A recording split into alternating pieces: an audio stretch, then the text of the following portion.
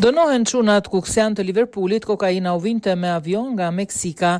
Një grup kriminalësh përfshirë 2 shqiptar nga Liverpooli janë dënuar për një plan të sofistikuar të trafikut të kokainës nga Amerika dhe Meksika me destinacion aeroportin e Manchesterit në Mbretërinë e Bashkuar pas një hetimi të gjerë të realizuar nga Agjencia Kombëtare e Krimit NCA.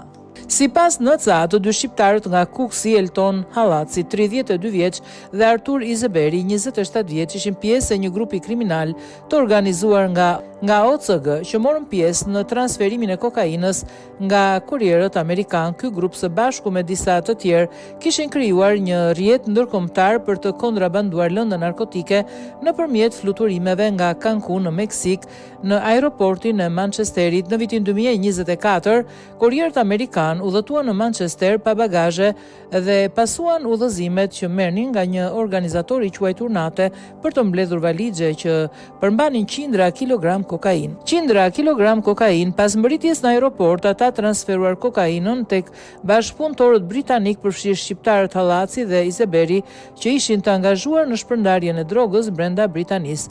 Në 11 maj 2024, 8 valixhe me kokain mbërritën në Manchester nga Cancun dhe Barbados. Pas mbledhjes së tyre, ato u shpërndan përmes një sër takimesh dhe transferimesh ku Hallaci dhe Izeberi morën 5 prej tyre, ndërsa Hosker 2 të tjerë.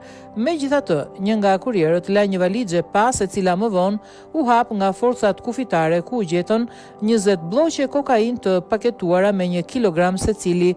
Hetimi NCA tregoi se në këtë ditë shqiptarët kishin mbledhur 100 kilogram kokain.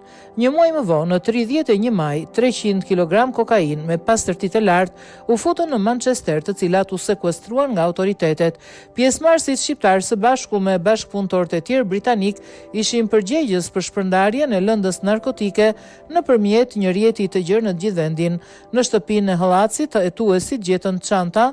Në shtëpinë Hallacit, hetuesit gjetën çelësa për një makinë Jaguar me një ndarje të fshehur në kontrabandën e drogës, si dhe një numër shënimesh që tregonin se si do të shpërndahej kokaina në qytete si Bradford, Londër dhe Birmingham. Gjatë hetimeve NCA sekuestroi gjithashtu 2 makina Jaguar të tjera, të cilat ishin të pajisura me ndarje të fshehura për kontrabandën.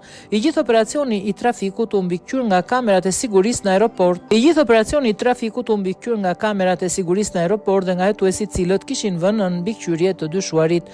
Përfundimisht, Hallaci, Izeberi dhe Hosker pranuan fajsim për kontrabandë dhe mbajtjen e kokainës me qëllim shpërndarje, ndërsa Green, një tjetër i dyshuar i përfshirë, u dënua për mbajtjen e kokainës, por u shpalli pafajshëm për kontrabandën e saj. Çat MCH, komandante e NCA, tha: "Këta individi ishin pjesë e grupeve kriminale që lëvizin sasi të konsiderueshme kokaine nëpërmjet Britanisë, duke shkaktuar dëme të mëdha në shoqëri. Hetimi ynë është i gjatë dhe kërkoi shumë orë punë, por tani ata po paguajnë për krimet e tyre."